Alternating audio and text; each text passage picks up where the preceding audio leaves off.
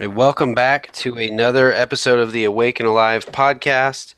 I'm your host, Mike DeCroche, along with my co-host, Mark Smith, or I should say you're the lead host of this show, Mark, since you run 90% of the conversation. But today we have with us Anthony Eisenhower from Brune Martial Arts. We got a great show planned, but before we get started, just a couple of reminders to please subscribe to the show in iTunes, and to also check out our website, IamAwakeandAlive.com. We have a lot of great unconventional training information out there, how to train with kettlebells, sandbags, bodyweight, and we also have a great online unconventional training portal where you can train with us and follow some of our programs. On the portal we have follow along workout videos, exercise tutorials, day-by-day workout programs. We also have some great stretching and mobility routines that were programmed by our host Mark Smith himself. So we have everything on there to keep you functionally strong, moving well, and feeling great. And actually, our guest today, Anthony Eisenhower, is going to be one of our new featured trainers on the portal, which we will get into in a second. But with that out of the way, Mark, I will let you introduce our guest. All right. Thanks, Mike, for that. And I'm pretty excited about Anthony Eisenhower being on the show. Anthony and I years ago through My Mad Methods. I actually bought one of Anthony's DVDs, this stunt work DVD, and then I was rolling and tumbling around I call my gym the next few weeks and having a good time with some stunt flow work, which is pretty cool. So I've known of Anthony for a while. He and I have connected via Facebook with a pretty solid relationship for, I'd say, the last 2 years, as well as his partner, Dimitri. Anyway, and so Anthony is an unconventional coach, California, somewhere. It's a really big state. So, I don't know. It's probably California. Where are you exactly in California, actually? I'm in the town itself is Lomita. It's a smaller city, but we're right next to Torrance, which is a much bigger one. And, right along the coastline of the South Bay. So near like Redondo Beach, Manhattan Beach, Hermosa Beach. So all kinds of nice beach cities like Palos Verdes and stuff. We're right next to all those. Cool. And Anthony, accomplished lifelong martial artist, 25 years in the business of practicing and growing his craft. He has a secondary black belt in Kojitsu, which is a combat style jiu-jitsu. He has a black belt in Taekwondo. He's been practicing Muay Thai for the last 15 years. He he does Brazilian Jiu-Jitsu and some MMA work as well. And the modalities that they use over there is your unconventional stuff, your kettlebells, Bulgarian bags and sandbags, all the fun stuff, rings, in my opinion. So without any further ado, Anthony, welcome to the show. If I missed anything or if you have anything you'd like to add to that, please feel free to do so. Cool. Thank you. I'm very excited to be on and everything too, and finally to really connect with you. I've been kind of connecting through Facebook and other sources for the last couple of years and followed your stuff as well. And definitely aligned with a lot of all the movement and bodyweight stuff that I love to do, especially through stunts, and even like bar work and, climbing and all that kind of stuff, fun stuff, especially with where I grew up, which is actually in Washington State, not California. A lot more outdoor work here too, so I'm happy to be here. Sweet, man. Actually just started doing the guys collaborated a tree climbing for 30 days. If you caught wind of that on Facebook, but I just started with that. And I posted a picture today. I climbed a tree at the aquarium where I took my kids, and there's a dinosaur behind me. So I thought that climbing a tree and having a dinosaur in the picture was probably the coolest picture of the day. Absolutely. Yeah, we don't have trees here to climb, sadly, but whenever we get to like hiking places, I try and do as much as possible. I mean, as far as ecosystem goes, California is incredibly diverse. Yeah. Forest and sort of ranches in the north and chaparral down in the southwestern part of the state, southeastern, sorry, the coastline, which is sandy and rocky beaches. And you must be an avid hiker, Anthony, because I see you post stuff all the time on the weekends out in the plains or desert there. Yeah, absolutely. I love whenever I'm not like here in the gym training, I love to pretty much be outside. I mean, we're pretty lucky with the weather here. It's, nice 90% of the time that we can be outside moving and everything too. And there's actually a lot of really cool hiking spots here in Southern California. So try and get out as much as possible and just, get away from the gym. There's a lot of times where like you just get set so much in here and working, and they just need to get out and kind of release a lot of tension that way. So what's a work day look like for you? Work day usually starts at the gym itself. I'm here by at the latest 7 a.m. and I'm pretty much leave here by 9:30 p.m. at night. So usually working with clients, doing programming, writing, classes. We do a lot of stuff with corporate wellness as well now. So that's huge. I'm a big fan of corporate wellness programs. Yeah, they're great. I mean, I used to work for Red Bull, yes. Actually working in IT for them at the headquarters here in Santa Monica, and got to learn a lot more about corporate wellness programs and what they were doing, and got to really work with them deeply. So we've been kind of being able to expand on our own, like helping get more and more into it, and helping really showing why companies should be using corporate wellness, right? So which is great. Big believer in the corporate wellness approach and trying to get it out there. But maybe for some listeners that don't know about it, what are you guys doing to set that up? And also, the benefits of it. What are the benefits of corporate wellness, and how do you see the results? I mean, you're only given a certain amount of time with these people, right? But how certain activities that make a impactful difference for somebody that's going to be stuck in 8-9 hours a day. Yeah, absolutely. I mean, it's just commute to California. Yeah. I mean, there's so many like different things. It all depends on what kind of the company wants to invest in. I mean, for the company side, for the corporate part and everything too, it's great because they're able to give their employees discounts on, outside gyms or outside in fitness and programs, as well as offer these things to, heighten an employee's experience of being there.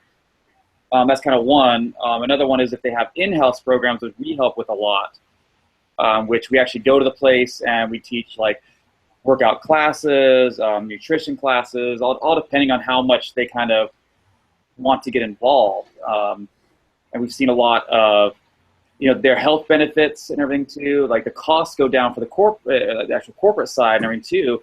Yep. And they're seeing a lot of the benefits on the employee side go up. I mean, like they're not going out sick as much. They're not using the medical as much. They're not, doing these things. And plus they get discounts. A lot of times if you have a wellness program in place, when you're paying for medical and everything too, they actually give discounts to the employers. Oh, that's good. That's how my my day job works. We get $200 towards our health savings accounts if we can show proof that we work out on a regular basis, which is usually just showing a receipt that you're a member of a health club or something, I think is what they'll take. But no shit. But it makes a difference. I mean, that's like, shoot, with small kids, that's like five doctors copays right there. We should. I wonder if some of the people I work with have something like that, because certainly help them out. I know sometimes, and I'm probably sure you get this question too, Anthony, if it's billable by insurance. Yeah. I don't know if as an industry training we'll get there. It all depends. If they have a corporate wellness program in place, either it'll get billed by insurance or the company itself, like some will actually pay for it. We have some of our students even that they get reimbursed from their company because they don't offer it in-house, but they have the wellness program in place. So they pay us, and then we send them the receipt. They show the receipt to the company, and the company actually like basically reimburses them for their gym costs. Sweet. Up to a certain amount. I know even like Red Bull was doing it up to, I think it was like $180 a month, $200 a month, depending. Too. So like if you weren't like a part of the in-house program here, because they have a lot of locations, and some other companies will pay like, oh, we'll pay 50% of it, or a lot of these things, which is pretty nice. I think eventually it'll be like fully covered by insurance, hopefully. Yeah, that's how we are. Well, it's only for Orange Theory, but if you go to the Orange Theory, if you work in San Francisco office or in select other locations where they have it near the office, they pay it directly for you. You just go sign up, and then it's like I don't know how they do it, but they pay it for you. But it's not available everywhere.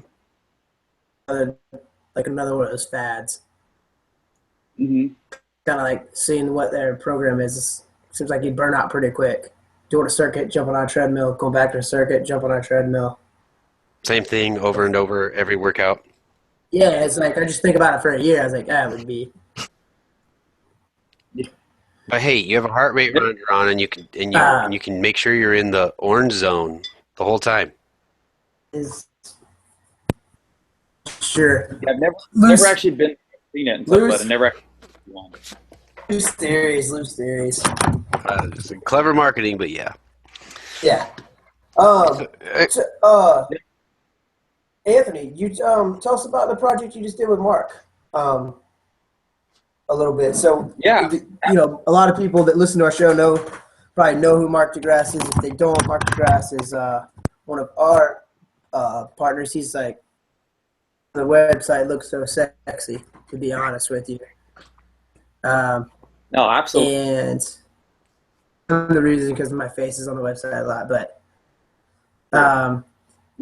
so yeah, we've got these coaching channels on Awake and Alive, and you're going to be one of our first channel.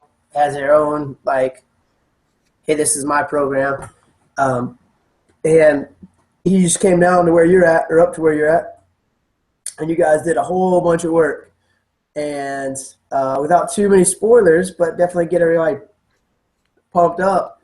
Talk about it a little bit. I'm pretty excited to see what you guys did. Yeah, absolutely. We worked on some different workout programs. He came down. We filmed a bunch of like follow-alongs. A lot of his body weight, going from very dynamic stuff to a little more strength-oriented. Some good variations on the norm of what people do for body weight as well, without giving too much away. See, there's some pretty cool stuff in there, but also we added in some different kettlebell stuff in too to get a little bit more strength-wise, and especially with stability. We worked on a little bit more stability kettlebell work instead of just like the basic swings or basic movement that way.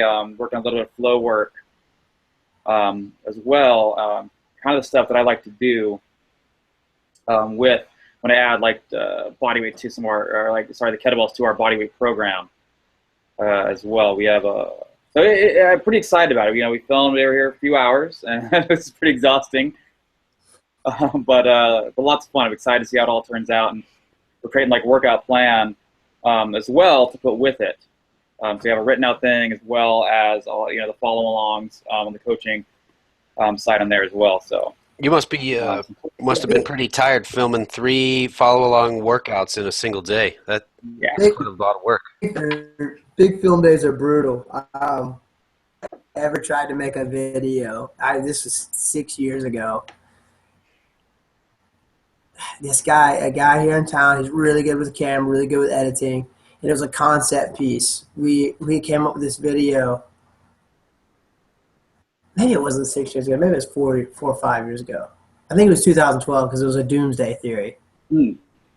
going with like the Mayan calendar. So it was probably 2012. So I guess it was 4 years ago, but I was still relatively new to filming and all that stuff. Like filming, and then I got back to the studio. 12 guys or so meet me for the final piece of filming, which was like a giant group shot with everybody doing crazy, like swinging chains, moving fire hoses, kettlebell work, working a heavy bag, just you flipping a tire, just a real busy shot. But that, of course, we had to do that several times, so it was like another hour on top of it. The next time, stand-up paddleboard, and I could barely stand on my own feet, let alone get on a board for the first time. But those long days, a couple hours, but you're essentially doing a month's worth of program, or two. It's ridiculous. So my hat's off to you for doing that. Yeah, thanks. Yeah, it was fun doing it. It was exhausting too. I mean, you talked about the stunt DVD you got and everything too, and we did that. I did that with Mark Gross also, and we actually did that in a day as well, and that was perhaps one of the most exhausting days everything too, because that took about 10 hours, I think. Yeah. And there was a lot of stuff that we were doing, redoing everything too, and so by the end of the day, like I just didn't want to get up off the mats. Oh, I'm sure. Well, and there's the mental output. I mean, you got to stay focused, and you got to be dialed in, and there's the pressure of a camera being on you, and then emotional, you got to like tons of energy because energy is different through a camera than it is person to person. Like you can be in front of a person, but you really got to ramp it up. Yeah, absolutely. And I'm so used to doing a lot of stunt work, which is very exhausting and very I think, but it's not talking in front of the camera or things like that. So it's a lot more different kind of energy. You don't have to like portray your voice or things like that. You just have to show the body movement.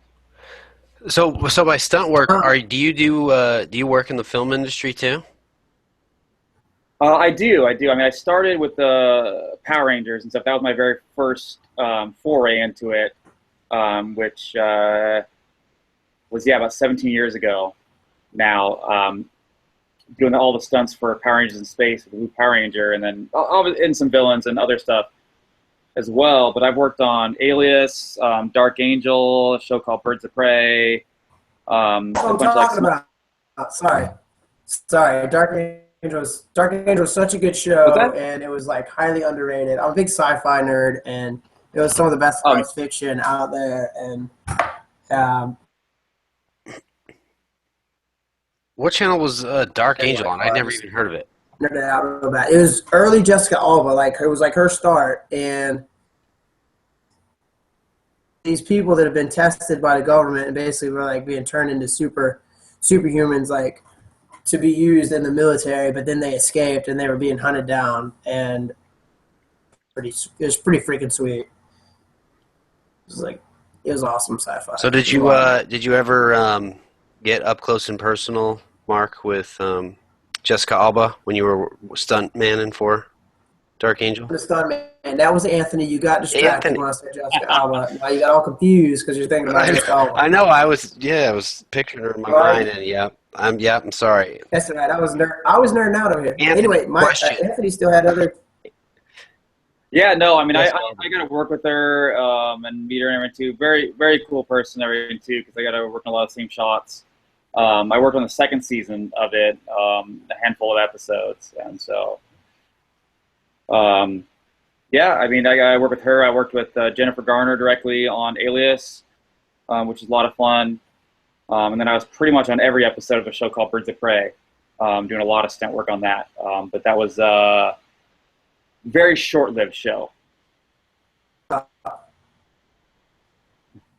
one's more if you like comic books and things like that. That was supposed to be like a Batman-oriented show, but didn't portray it very well. Didn't take up.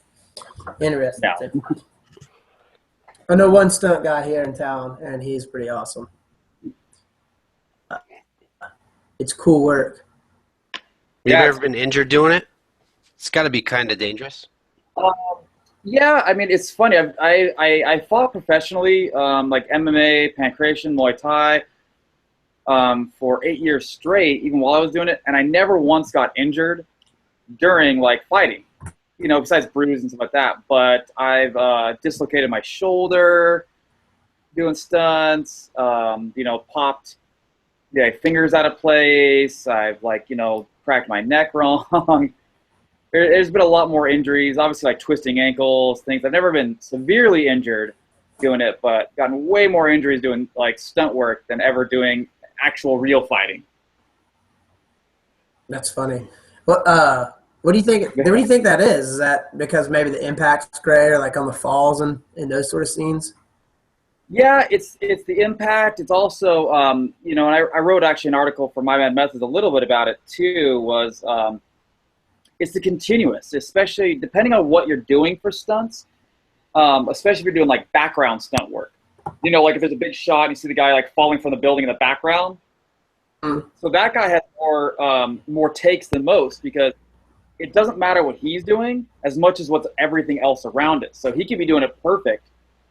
But if one of the actors in front of him or something like that gets a line wrong or something like that, he's got to keep redoing it. So I mean, there's been times I've been doing like about that. Yeah, there's been doing like times I've been easy stunts like jumping over stuff and having to roll out and things like that. But you start doing it like 30 times on concrete, and it starts to really affect you. Nailing it the first time, and these high-paid actors and actresses are fucking up, and they're like, "Get it together." Yeah, come on, pussy. Just get your line right. Yeah, cracking my knee up on the concrete here. That's funny. Yeah, it's been crazy. I mean, like that's why I popped my shoulder out the first time. Was actually falling downstairs, and it's about the 5th take of doing it. And it was other stuff going on, but I had to like fall downstairs, and I just popped it out. Luckily, I popped it right back in, and didn't show that I was injured because I wanted to get paid. So. Yeah. Anthony, you'll think this is pretty funny. I'm by no means a stunt man. I've got some control of my body, and I can move it pretty good. But as my partying days, we used to go to called Level 5, and it was called Level 5 because it was on the 5th story of this historic building in Wilmington, and she's going up the stairs. And so when we leave. Now, a lot of times, I would make sure I didn't have a ton to drink because it's an edgy scene. There's a lot of Marines and college kids, and they're just mouthy. So I always sort of held back and never really cut loose. But I'd be with just a group of totally messed up, drunk people. And I was usually like, all right, I've only had like 2 or 3 beers. I would just throw myself down the steps like a fall, right? But I was doing it under control. Just throw myself down this flight of steps, each story, and it would just freak everybody out. And I always did. That was like my signature thing. We left that bar every time. It was so funny. That's awesome. Yeah, me and some of my friends, even before I got into stunts, I mean, we were all martial artists, all my friends, like years back and everything too, and we'd just make our own stunts up. And we would always love to like mess with people and like start mock fights and all kinds of stuff. Yeah, just because I was wouldn't expect it because they were drunk and they weren't paying attention. They're like, "Oh, shit, Mark's falling down the steps." That were absolutely not with me. We're even more surprised. So stuff like that's pretty funny if you can sell and act. It's no different than slapstick comedy. Oh yeah, absolutely. That's good. That's so cool. Did you do any gymnastics or anything growing up, or is all the movement and sort of body awareness just from arts? I never did gymnastics growing up. I did a lot of it was from martial arts, and just being a hyperactive kid. I mean, I grew up watching like professional wrestling. I grew up watching martial art movies, and my oldest sister was a dancer, and so I grew up like doing that as well. Nice. And then just kind of like put all the movement together and just kind of did my own thing. And I didn't really have a lot of fear also. So they'd ask me if I could do something. I'd be like, all right, sure. I've never done it, but whatever.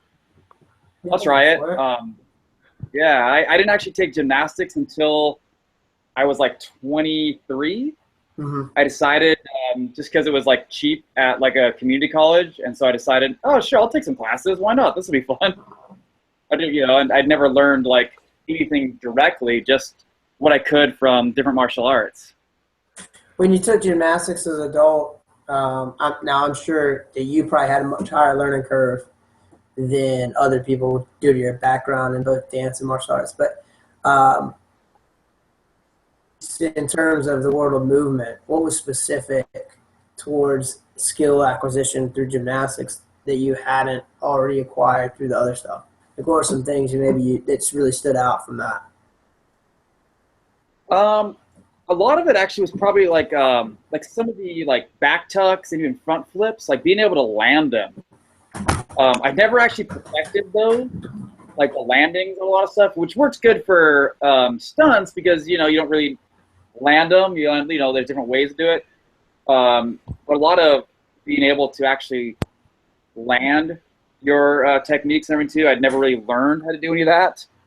I just kind of threw myself and I kind of roll out of it or stuff. So to actually like plant it, and I'd never been able to do a back handspring until gymnastics.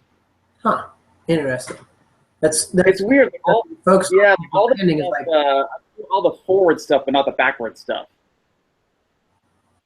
And that was weird. Like even like when they were teaching me, like technically and mechanically on your body, it's easier to go backwards, like back tucks and back hamstrings. Because you can see. But for some reason, the freakiness of having to go backwards, I just never was very like trying of it until I really learned. I was always like fine going forward.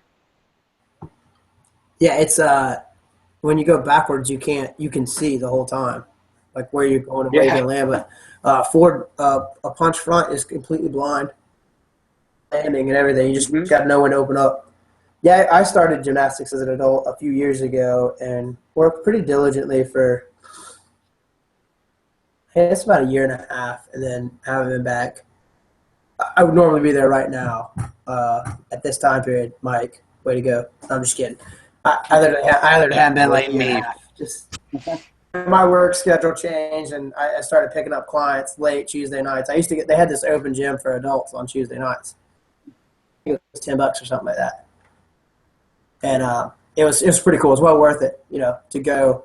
And then some of the guys that were there, they were really good. There was a few really good parkour guys, and then there were two of the guys that were the gymnastics coaches for like the kids and stuff. But they were 20 apiece, and they'd been doing gymnastics there at 5. So it was nice to be able to pick the brain of a really good parkour also and a really good gymnast, because there's also very, very different schools of thought.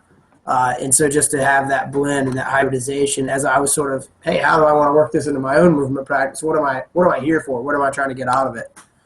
Yeah. For me, it was a very basic tumbling, a back tuck off of something, and not even on the ground, just like, can I do it off of something? Can I hit a punch front like on the run? And then, just refining some of the rolls, like off of a big jump, that sort of things. And then all the vaulting.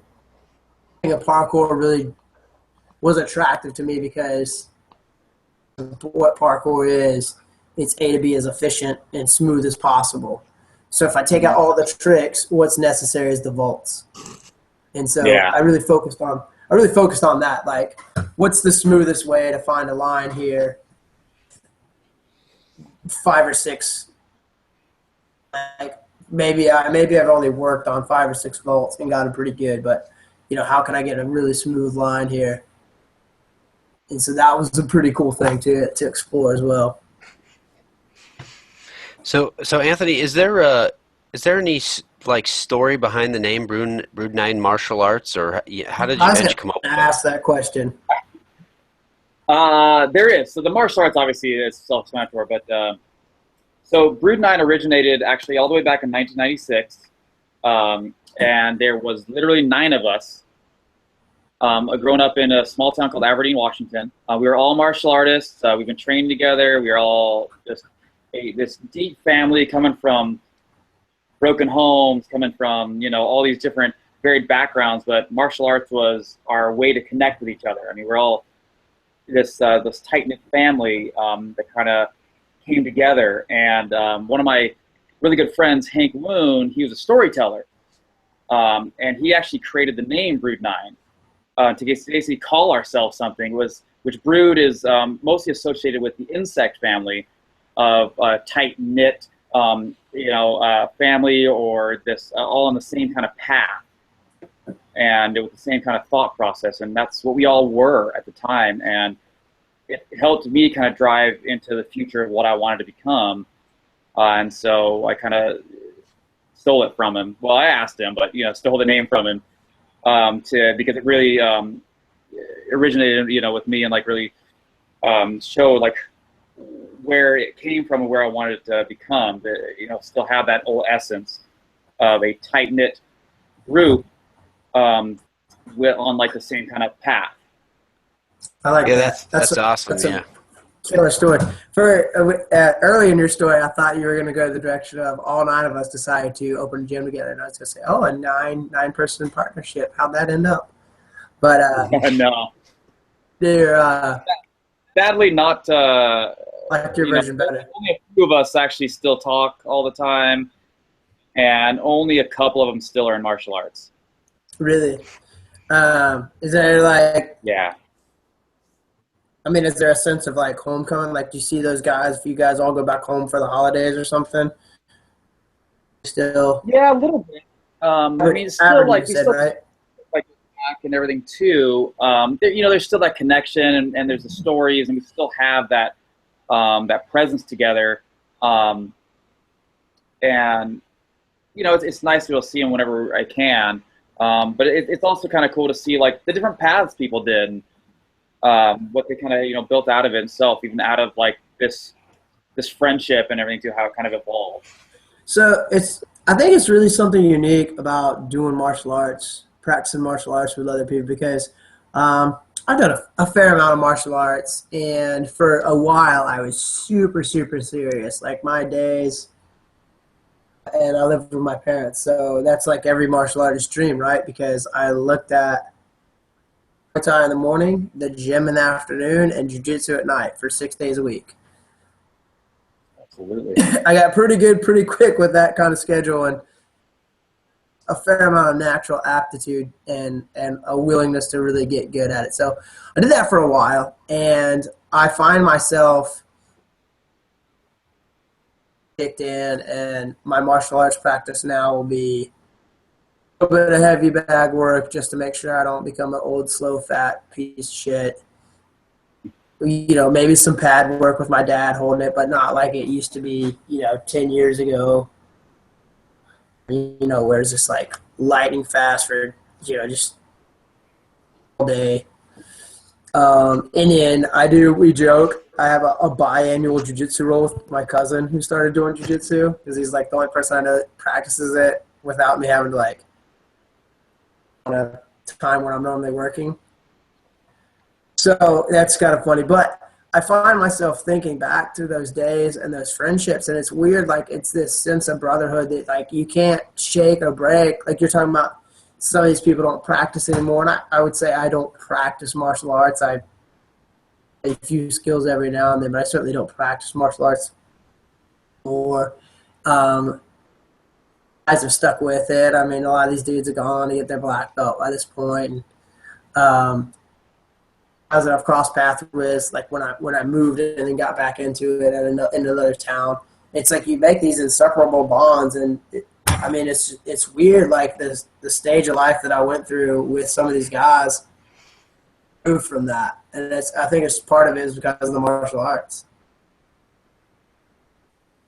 Yeah, absolutely. I mean, I'd say like a lot of the lasting bondships I have and friendships and everything too have all been with people I've studied martial arts with, or they've come together with me here. I mean, that's initially my partner Dimitri. That's how we met. Actually, was because I was teaching and he had been practicing martial arts as well for a long time and just wanted to come train with me. And after like pretty much meeting and training together, we just became it's like the whole Step Brothers thing. You know, we became instant best friends, Did we and just become decided, you know, friends? yeah, exactly. That pretty much is like us right there. Let me ask you a question about Dimitri. Can that dude kick? Because he looks like he can kick. Those legs look like whips, man. Yeah, he's flexible and everything too, and he can kick high. He can kick pretty hard and high. I think I kick a little bit harder than him, but he can kick way higher than I can. And yeah, he can do better head kicks. I can do better leg kicks. Sure. So, Anthony, what does your martial arts practice look like? Do you train any competitive athletes, or is it mostly amateur athletes, or mix? Yeah, I mean, right now mostly amateur athletes at the moment. When I can, like they're trying to get into pro and everything too. So I'd say a lot of the people I train now are more amateur. But I've been able to like train either with or train some of like amazing people. Like I was able to go to BJ Penn's gym out in Hilo, train with him, and then come back and actually teach Muay Thai class out there, like a couple seminars, and teach them how to do the Y crew, and that was pretty cool. And being able to like work with like Andy K Muay Thai and like even some of Koban's guys in Muay Thai, and all the guys here at our gym are mostly amateur right now, but it's great. I like working with the up and comers and like people that are hungry and really want to learn. Mm-hmm. Anthony, if you and I were to fight, what would I have to do to win? Yeah. Oh, you couldn't. Sorry. You'd be fighting just to keep breathing, Mark. Basically, you know what? I'm super competitive, and you pretty much have to knock me out. Either knock me out or choke me out. Because even like when I first started fighting, I mean, I had this massive drive. I never wanted to lose. And I'm not saying I didn't lose. I definitely lost sometimes, but usually I always had a drive. I didn't care how big the person was or anything too. I've never been scared of anyone. Maybe it's because I'm short and kind of smaller. So the whole Napoleon complex, I guess. But yeah, most people who have been able to beat me have really had to work their ass off to get to that point. When I started jiu-jitsu, I was like 130 pounds or something like that. And the next closest guy to me, he's actually a really cool guy. It means a lot to me. His name is Chris Toer. We call him Mickey because it just reminded you of Mickey from Rocky, right? He's an old-timer guy. Like, D2, big-time college wrestler. I mean, like, for D2, like, he had a great record. And dude was, like, 55 or something. And it's like, something new. Got into jiu-jitsu, whatever. The closest person to me in weight was, I was 20 years old, school wrestler. I was 130 pounds. The next closest weight to me was 155. Then after that was 180. I kind of was like you when I first started jiu-jitsu. It's like, man, I thought I was spotting like 50 pounds or more. Some guys I was 100 pounds easily. I was spotting them. I had to work on technique. That's different now. Like now I'm a big old fat dude. If you like, if you were to watch me roll right now, Anthony, you would be like, he took a class at some point in his life. Like that looked like a move. It's late, and get the paramedics ready because he's purple. It definitely looks like it definitely looks like he's not going to get that triangle because his hips aren't moving like they used to, which is not true. Actually, my hips move better now because I stopped focusing on weightlifting and started focusing on movement more. I like to make fun of myself, but yeah, I mean, there's that drive when you're littler than everybody else. It's like, man, I'm going to get eaten alive out here. Mm-hmm. So, Anthony, one of the reasons that we wanted to have you on as a featured trainer on the portal so badly was because of your fitness philosophy and your expertise in bodyweight training. Like, how has martial arts, influenced your fitness philosophies, and how do you implement? How are you different, or what do you do with your athletes?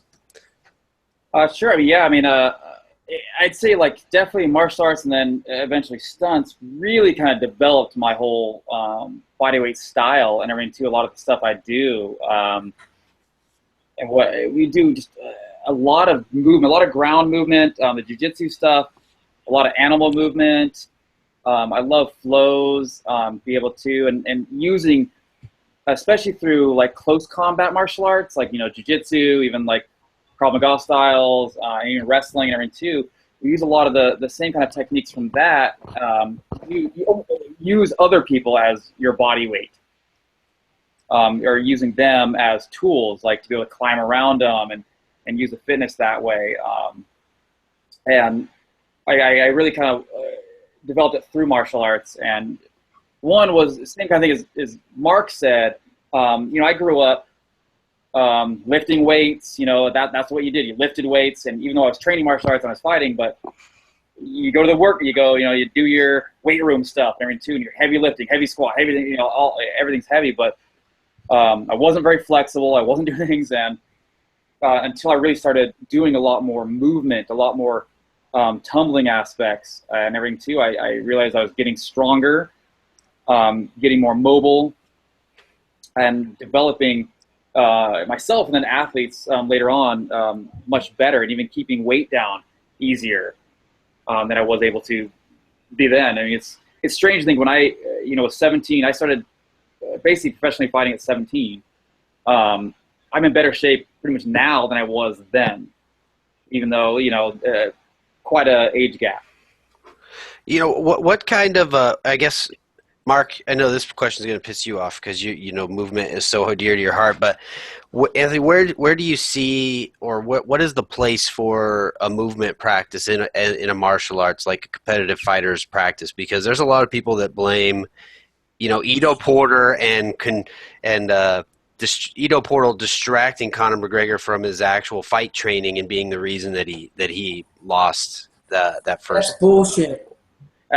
Hey, man, I'm just asking the question. Steve Maxwell was talking about that on the last London Reel. That it's great for keeping yourself moving well, but it doesn't translate to the octagon or the ring. Take a fight week to stay relaxed. Yeah, I mean, the thing is, like, I look at fighters like Frankie Edgar. So Frankie Edgar actually comes from a very similar group that I work with, and now I'm an affiliate with, which is Training for Warriors, which is all movement. We're actually Training for Warriors affiliate here. Frankie Edgar comes from that, and it's very movement oriented. It's 4 days a week for life. And there's sprint days, there's lift days, there's a lot of these kind of things, and that's all needs to go in with your actual technique training. I mean, it has to be second to none. I mean, and you see like a person like Frankie Edgar who can go 5 rounds, no problem. Absolutely, like he gets down to 5th round, he still looks like he could go like 5 more rounds. And that's a big difference on there because he's doing his technique, but he's also really heavily relying on his movement and his strength-wise, conditioning-wise on how he needs to do that. And in today's fighting world, that needs to be a major player as well. I mean, when I first started fighting, conditioning was kind of low on the list. Your technique had to be good, or you just had to be strong, or you just had to like have a little bit better than the person there. Once the people started getting more conditioned, that the fight game changed. So you have to be able to, last those 5 rounds, last those 3 rounds, last however many it is, to be competitive the entire time and keep your strength up. Technique is always a good thing. You always have to work on those too, but even our fighters, we rely heavily during their fight camp is on the actual conditioning part of it. They have to be able to move well. They have to be able to get their strength up, as well as just to have their technique. Well, I was thinking, it's more the animal movement stuff and how much time you spend on that, because like going up to that fight, they're making a big deal of Ido Portal being his trainer, and you see they're in a park doing monkey crawls and stuff, and And I think all that's good, and everybody should be doing that stuff. But should a fighter be spending hours on orangutan crawls and frog hops? It just seems like a distraction. I don't know. I could see, playing devil's advocate, how it could take away from someone's fight training. I think it matters the fighter You gonna let as me well. talk, dude? Yeah. But it all matters the fighter and everything too. And I mean, you look at someone like Rummel Johnson. I mean, when he really started just purely working on, he had great skill too, but really focusing a lot more on his movement, on his conditioning. He kept keeping the weight where it should be. Out of nowhere, he's knocking people out. He can go longer. He can do more and everything too. So it to me, it all matters the fighter. I think animal movements and movement things like that, we use it a lot and everything too. We definitely add it in with a lot of our jiu-jitsu work, a lot of our warm-up work, and a lot of our strength work. But it is true, if their technique isn't solid beforehand, then you can't spend hours on that. Yeah. Well, but I mean, that's it. You got to make sure that their technique is solid. Yeah. Before you do all that stuff. But to me, your technique should already be up at a high point if you're already in a main event. Yeah. Well, don't get me wrong. Like, I am a huge proponent of movement practice. It's incorporated into everything we do. I don't want to come off like I'm not into it. I mean, that's, Mark, how we got connected is I started following Mark to do a lot of this stuff. And I think everybody should be doing it. It just seems like there might be a good, He's being modest. I changed his life when he saw my videos. I was climbing trees instantly, lizard crawling all over the backyard. Well, all right. I'll weigh in on this. So I think, first off, and speaking of Anthony Rummel Johnson, let's just touch base on that real quick. Pretty sure I've woken up sore on a Sunday morning from when he hit a dude on TV on a pay-per-view. Mm-hmm. Pretty sure I felt it before. That dude's a monster. Yeah. And I've seen, I don't even know how I ever made welterweight, but at light heavyweight, I've seen the same thing you're talking about there. Yeah, I have no idea. I think he cut off a leg or something. Yeah. But his performance increase, and I thought he was very rigid and loose and fluid at light heavy. It could be the weight cut, but I also think it's a lot of the movement practice that he's adding in there. And a lot of these guys are going that way. I mean, what you're saying is, here's the thing. Flew to Dublin 2 years ago to study with Ido Portal. I can say without a doubt, that guy knows martial arts. Like, with hands down, he knows what he's talking about when it comes to martial arts. He's studied martial arts. Obviously, he's done Krav. Capoeira is a martial arts. He's done that for a while. I would put money on that dude if he was in a boxing match. He has studied boxing to no end with a lot of great professional boxers. I mean, I've never seen anything like it or seen anything like it. If I hadn't seen it live and if somebody told it to me, if they weren't there, I would say it was bullshit. If they just said they heard about it, I witnessed. It is this thing where he just like had his arm by his side, and all of a sudden it came up as a punch. That same sound a wet towel makes when you snap it. It was just his arm. There's no fabric on it. Like, and he was talking about like relaxation and when to contract muscle. His arm just became this whip, and I was like, you never see the punch coming. You get cracked by it really, really nasty. Like, and it's this. And he takes it a different level. Like, when it comes to movements, like if you can totally master your body and do anything, and then apply that to your martial arts, I think you're onto something. I think that also some of these fighters that are getting wise about the movement stuff is like, I found myself towards the end of a camp with, and a lot of stuff. How can I make this career last? Because MMA is not a long career. No, it hasn't been way longer than it should have been. I think that because it's still, we're getting there. I don't. I can. It's still fairly new as a sport, but we're now at the 20-year mark. So we're going to start to see some of those consequences of a lifetime of fighting. You know, these guys, some of these old guys, start to see some of the stuff. Maybe some forgetfulness. these sort of things. So you have a limited career period because it's so high impact and because the training is so brutal. Weight cuts, that also takes a toll on the body and what you can do and on the joints. So I think some of these guys get wise. Like, is there some sort of practice I can incorporate within what I'm already doing? Fill in the gaps, but also widen the longevity of my career. Does that make sense? And I think a guy like Conor McGregor is very wise for taking this approach. Like, I know I'm only going to be here a little bit of time. Make it longer. Like, what can I do to make 2 more good years instead of 2 shitty years? Like, example, one of my all-time favorite fighters, fantastic. His last 2 years were total shit. Like, he just got knocked out all the time. You remember? Oh yeah, absolutely. But what if those last 2 years could have been like going out, like, still moving real well, getting hit? Because he didn't get hit a lot. Look at his older stuff. He was very good at slipping, and he was a terrific counterpuncher. Sort of later on that he started taking it. Maybe taking damage in camp, this sort of thing. So it's a lot to ask questions about. I think that the point's been said several times that all martial is movement, not all movement is martial.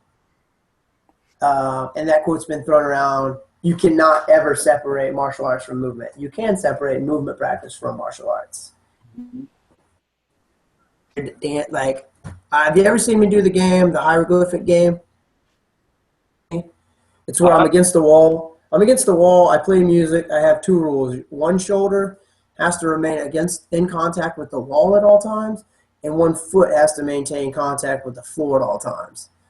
No matter which one, and you can switch indefinitely. But basically, you move somewhat improvisational, as improvisational as somewhat of my limited skill set can. World-class contemporary dancer, world-class martial artist. There's not going to be total improvisation. I'm going to think about what the next move is to a certain degree. But I may say I just sort of move free flow. It looks a lot like dancing against the wall. A phenomenal hip and shoulder opener, as well as like just wonderful spine nourishment. But that has nothing to do with martial arts. Make me a little looser and make me feel good, work some kinks out before I get in a sparring match, probably. But if I'm sparring or rolling, I am moving. I am practicing movement within that. I can't escape that. Everything you do about it. And like you said, when you do some of your ground drills before, there's a direct correlation between some of those. I mean, walk, roll, roll. Right? You change a position and you're moving around on the ground. That's jiu-jitsu. No, absolutely. Jiu-jitsu has been using a lot of the groundwork, a lot of movement, and everything for a long time, especially all the animal movement, everything too. And they've been incorporating it for so long, and it correlates to what they're doing with the movement and everything too. And there's a lot of longevity in that. I mean, there's jiu-jitsu champions in their 50s, 60s. I mean, oh yeah, and they have this longevity and everything too. With their body, and there's people getting in later in life that are seeing that how well it gets them in shape and keeps them healthy, and the movement that is associated. And when you're, as you probably know, when you're first starting jiu-jitsu, and even like a lot of things, it's not like you get right away and like going, okay, we're going to start choking people out, we're going to start arm bars, we're going to do this. It's all about learning movement. Being comfortable. And these guys, this stuff precedes the brilliant minds of Mike Fitch, LaCour, Ido Portal, and all the other movement cats out there. It that are in the movement culture world. It precedes all of it, and it's these martial arts. Go back to Martin Rooney. Martin Rooney, he was a huge influence when I first started making the transition from the gym into the unconventional world. I bought the Training for Warriors book and used to watch his videos all the time. And that dude's a phenomenal speaker. Oh, yeah, absolutely. It's his gift. That dude could talk for 20 minutes and tell me to go run through a wall at the end of it. And I'd crack that wall until I bled to death, probably. When Spending a weekend with him is unbelievable. Yeah, but so that first training for Warriors book, man, Ultimate Warrior, I'd be looking at it, and the dude, well, I thought his coolest thing was when he used to go all over the world, meeting like at these other gyms, like early Madman methods. I think he was like meeting these other gyms, these other coaches, all these martial artists and stuff, and like learning old school techniques that they were doing. I got the whole kettlebell throwing thing from this video he did in Poland. Yeah. 60-pound kettlebell, like it was a tennis ball, but so I tried it with a 35-pound one, and it didn't go as far. The stuff with like the Okinawan, like those little clay things that look like dumbbells. What are they called? Oh, I don't know what they're called exactly. I can picture it. Yeah, I can picture it in the jars. Where like the grip work Yeah. on the jars, like So much grip strength on there, movement. Oh, talking about in a stick. Every stick works all the rave now. But you're talking about stuff that's been around, and goes back to that thing that all martial arts is movement, practice inherent to martial arts. You move better, you're better martial arts. I've never met a really good martial artist that was not a good mover. Mm-hmm.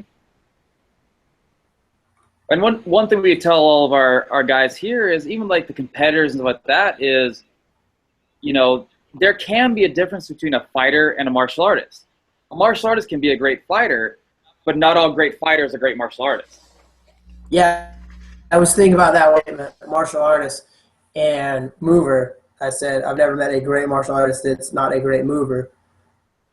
I almost retracted that, or almost qualified that with the similar sentiment to what you just said, but I stand by it. A great martial artist is going to be a pretty fantastic mover, but you could have a guy that can stand and bang and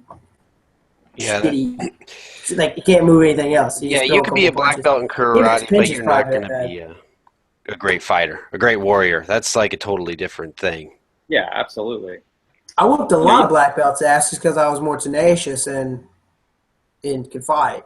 And then I got into martial arts to be better at martial arts. That's from being a hardcore Southerner, Mark. Nah, it's from being little and getting bullied. Yeah. Oh, I know how that goes. Yeah, that's how I was. I was so tiny growing up. Like a Jack Russell Terrier. Well, we're getting pretty close to time. Anthony, is there anything you want to plug? How can people get a hold of you, follow you online, check out your stuff, in addition to, the featured channel that's going to be on the portal? Basically, if anybody looks up, we're on Facebook, Instagram, Twitter, all that stuff, our website and everything too. It's all Brune, BROO. D as in David, the number 9. If you look up that, pretty much everything kind of coincides with that name. We associate in everything we do on there, especially getting in-house stuff, all the stuff with the stunts and everything too. Is kind of through there. We're actually working on right now too a whole. Because our stunt program and everything too has mostly been all in-house until we got the stunt DVD with Mark DeGrosse. Had a great connection with a lot of people. We're actually working on a whole online platform for that as well, to be able to basically do distance learning for stunts. So that's a thing we're kind of working on the pipeline. That's awesome. All right, Anthony, before we go. Since we talked MMA a lot, I'm going to go down the list, and you just say the first fighter that comes to your list. I'm going to give the matchups for. All right, I'll say both fighters, and you just tell me who wins it, and then we'll move on to the next one. Main event: Eddie Alvarez, Conor McGregor. I'm going to go Eddie Alvarez. Tyrone Woodley, Stephen Thompson. Oof. That one's a tough one. I like Woodley, but I'm kind of going for Thompson. Wonder Boy's awesome right now. Versus Kowalski. Which one? Girls. Joanna Jacek, the strawweight title holder, versus Karolina Kowalski or whatever. I'm going to go with Joanna. She's been super solid and got some just great skill and a lot of drive. Yeah, she's hard to beat. Kelvin Gastelum versus Donald Cowboy Cerrone. I'm a massive Cerrone fan. I'm going to go with Cerrone, but for some reason, Gastelum just keeps winning them. Yes, you're right. I actually have Gastelum winning that one. Weidman versus Romero. Yeah. I'm going to go with Romero just because I'm not a Weidman fan. Misha Tate, Raquel Pennington. I'm going to go with Misha Tate. Because she's so hot, or just because she's... You know what? I actually think because of the skill in ring too, I think she's a great wrestler, great takedowns in ring too, and if she can get a hold of Pennington in ring two and ground and pound, she'll definitely win it. She also has a lot more experience, especially for a female. Her experience is insane for a female in the sport. And she beat Holly Holm the only way she could at the exact moment she had to do it. Yeah, absolutely. And she's been able to do that for a lot of fights before, you didn't think she would win. She was able to grind it out and be able to be in the exact spot she needed to. Your boy Frankie Edgar versus Jeremy Stevens. I'm going to go with Frankie Edgar. Here. My man, Khabib Nurmagomedov versus Michael Johnson. Khabib, yeah. That's not even a question right there. Khabib's ridiculous. I mean, he's if he could actually stay healthy long enough, I believe he would be the lightweight champion right now. I agree with that 100%. Yeah. Versus Tim Kennedy. Oh God, that's such a hard fight because neither have looked that great lately. They're both old. I get it. God, I don't know. I'm gonna go with Tim Kennedy's a psychopath, man. Hey, Tim Kennedy's a psychopath. That dude's a born killer. I think I gotta go with Tim Kennedy. I do, and especially just because Rashad has just not looked like he's wanted to be in there lately. Yeah, he's just kind of doing it to do it. I agree. Rafael Natal versus Tim Boesch. I'm going to go with Tim Boesch, another guy who can win it if he really wants it. And I'm going to go with Boesch because he does train with, Matt Hume, who I actually originally trained with. Oh, he's a good coach. Yeah, Jim Miller versus Thiago Alves. I'm going to go with Jim Miller. Although I, again, just grinds it out. And that'll be it. Yeah, Jim Miller's another Train for Warriors guy. He is. So obviously got to go the Training for Warriors guys. I agree for the most part with you. Actually, all of them. I say Stephen Thompson, definitely over Tehran. I know you're a little more on the fence of that.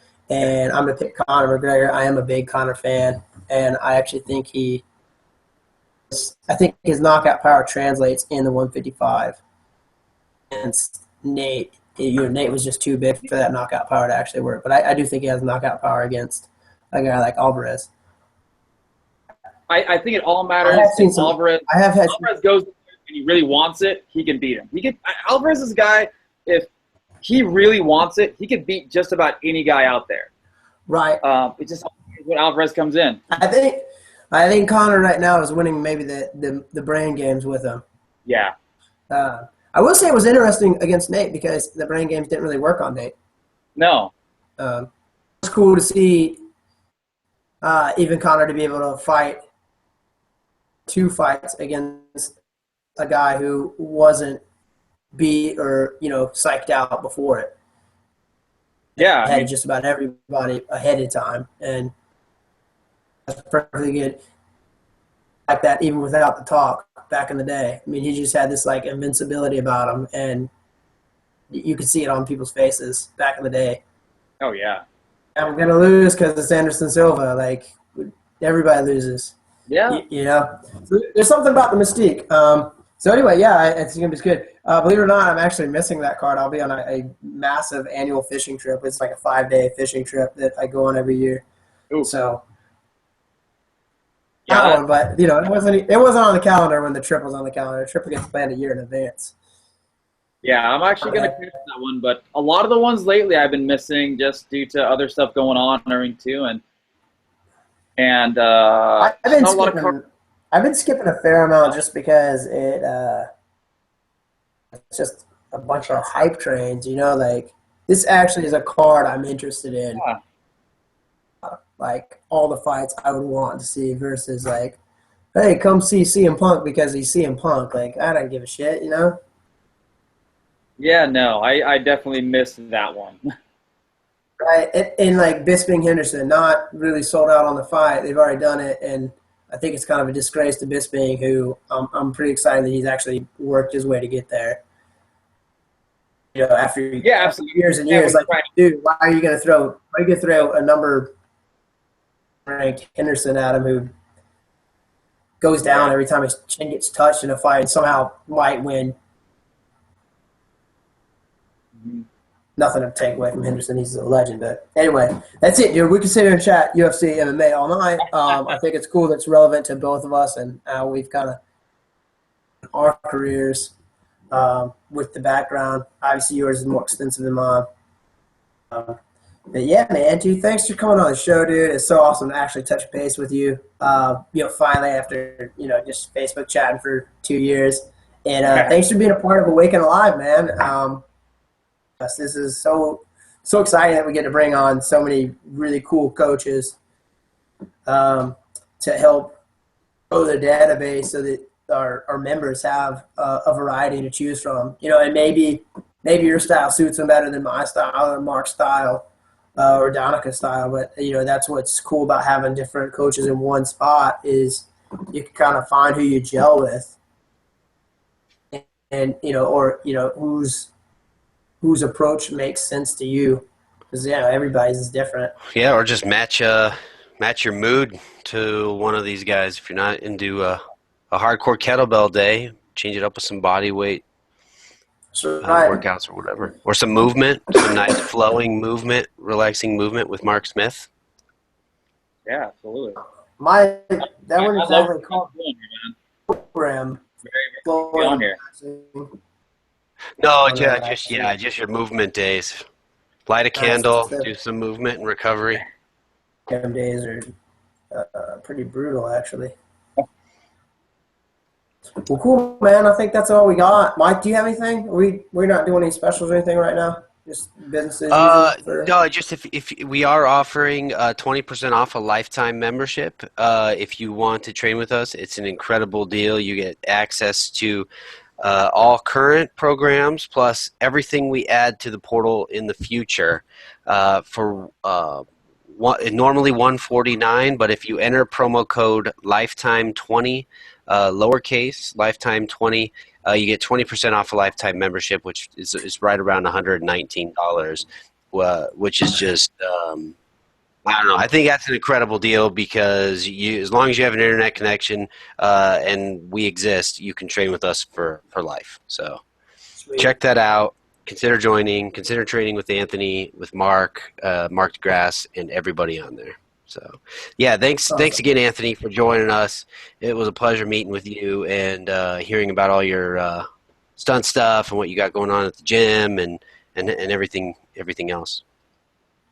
Well, thank you guys so much for having me on. It's been awesome. Like I said, I love what you guys are doing with Awaken Live, and I love being a part of it and everything too. So cool to be able to actually connect with you guys. Nice work on your first podcast, Anthony. Yep. That's awesome. Oh man, not bad at all. You can do another one. Oh, thank you. And y'all have a good night. All right, see you guys. Yeah, thanks everybody for joining.